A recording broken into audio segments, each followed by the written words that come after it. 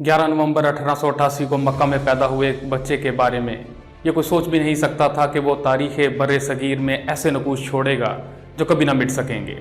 इस बच्चे का नाम था अबुल कलाम गुलाम मोहिउद्दीन अहमद आज़ाद। इन्होंने बरे सगीर की सियासत के अंदर सन 1905 में कदम रखा।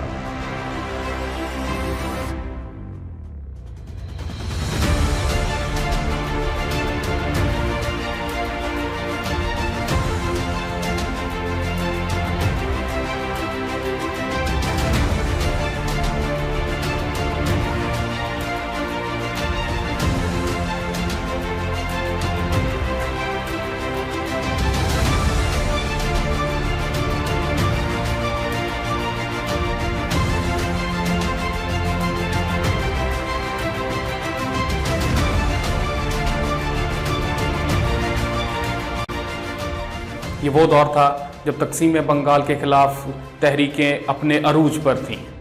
इसी दौर के अंदर ये अरबिंदो घोष और श्याम सुंदर चक्रवर्ती का दिल जीतने में कामयाब होते हैं। बम्बई, बिहार और बंगाल में रेवोल्यूशनरी एक्टिविटीज़ और मीटिंग्स की खुफिया तौर पर सरबराही करते हैं। हिंदू मुस्लिम यूनिटी का ये लंबरदार अपने नाम की तरह, जिसका कलाम भी आज़ाद था, ब्रिटिश पॉलिसी पर खुलकर मुखालफत करने लगा।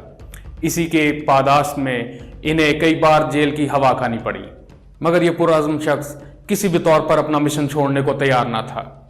लेकिन फिर ऐसा क्या हुआ जिसने इनकी शख्सियत को मुतनाज़ा शख्सियात की दहलीज पे ला खड़ा कर दिया? ऐसा क्या हुआ जिसकी वजह से जिन्ना ने इन्हें show boy of the Congress का खिताब दे दिया? ऐसा क्या हुआ कि ये शख्स इंडिया का हीरो और मुसलमानों का विलन बन गया?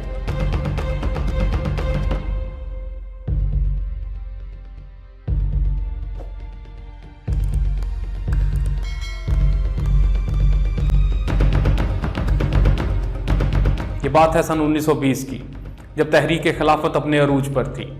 तो मौलाना बाहसियत अ प्रोमिनेंट मुस्लिम स्कॉलर हमरा थे मौलाना अब्दुल बारी के, और फतवा जारी करते हैं दारुल हरब का, द टेरिटरी ऑफ वॉर। इन्होंने डिक्लेयर कर दिया कि इंडिया जो है एक टेरिटरी ऑफ वॉर है और यहाँ पर अब मुसलमान बिल्कुल नहीं रह सकते। ये फतवा अपने अंदर ही एक गैर मामूली हैसियत रखता था। इस फतवे की वजह से एक और तहरीक शुरू हुई जिसे नाम दिया गया द माइग्रेशन मूवमेंट का। इस माइग्रेशन मूवमेंट में हजारों मुसलमानों ने अफगानिस्तान की तरफ हिजरत शुरू कर दी।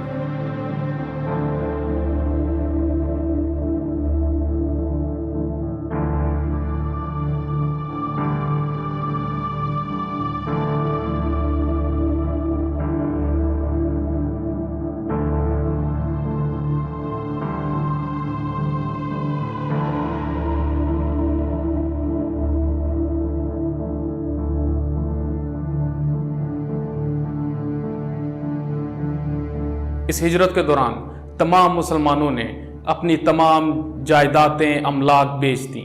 वो ज़मीन जो 10,000 रुपए की थी वो सिर्फ 200 रुपए में बिक गई।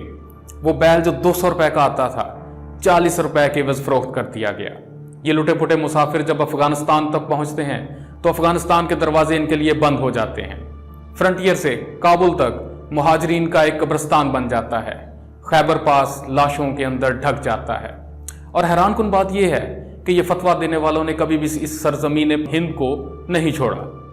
सिर्फ 35 साल में सन 1923 में कांग्रेस के सबसे कम उम्र मुंतखब सदर अपना तमाम तर कैरियर गवा देते अगर मुख्तार अहमद अंसारी जिंदा रहते। जी हाँ, अगर मुख्तार अहमद अंसारी जिंदा रहते तो मौलाना अबुल कलाम आज़ाद का सियासी कैरियर एक insignificant member of the Congress की हैसियत से ख़त्म हो जाता, क्योंकि कांग्रेस को एक मुस्लिम फेस की ज़रूरत थी। कांग्रेस का सबसे बड़ा चैलेंज ये था कि वो कायदे आज़म के इस क्लेम को रद्द करें कि मुस्लिम लीग वाहिद जमात है मुसलमानों की। इसके लिए उन्हें एक सॉफ्ट इमेज की ज़रूरत थी, और ये सॉफ्ट इमेज बने मौलाना अबुल कलाम आज़ाद। इस बात को जवाहरलाल नेहरू ने अपनी ऑटोबायोग्राफी में कुछ यूँ तस्लीम किया है कि कांग्रेस की रवायत कि हर साल एक नया सदर मुंतखब होगा, उसको मुसलसल 6 साल तोड़कर मौलाना को सदर बनाए रखा, क्योंकि हमें एक मुस्लिम फेस की ज़रूरत थी। कांग्रेस ने अपने तमाम मकासद को पूरा करने के लिए मौलाना का इस्तेमाल किया, जब भी इंटरनेशनली कांग्रेस को ये बात साबित करनी होती थी कि कांग्रेस बर्रे सगीर की एक मकबूल तरीन जमात है, वो मौलाना को पेश कर देते कि हमारे पास अक्सरियत नहीं अकलियतों के भी मेंबरान हैं। मुसलसल 6 साल सदारत के ओहदे पर फायज रहने वाले मौलाना आज़ाद अपने किसी भी फैसले में आज़ाद ना थे, बल्कि इनको डिक्टेट कर रहे थे नेहरू और गांधी।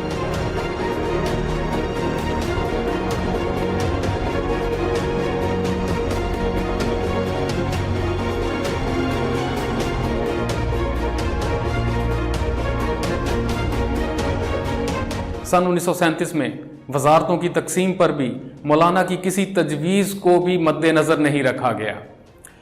और जब बात आई ट्रांसफ़र ऑफ पावर्स की, तो नेहरू ने ये निगोशिएशंस कैबिनेट मिशन के साथ जो की जानी थी ट्रांसफ़र ऑफ पावर्स पर, इनको बाहसीयत प्रेसिडेंट ऑफ कांग्रेस ना करने दी और ये काम सुपुर्द कर दिया गया सब कमेटी ऑफ कांग्रेस का।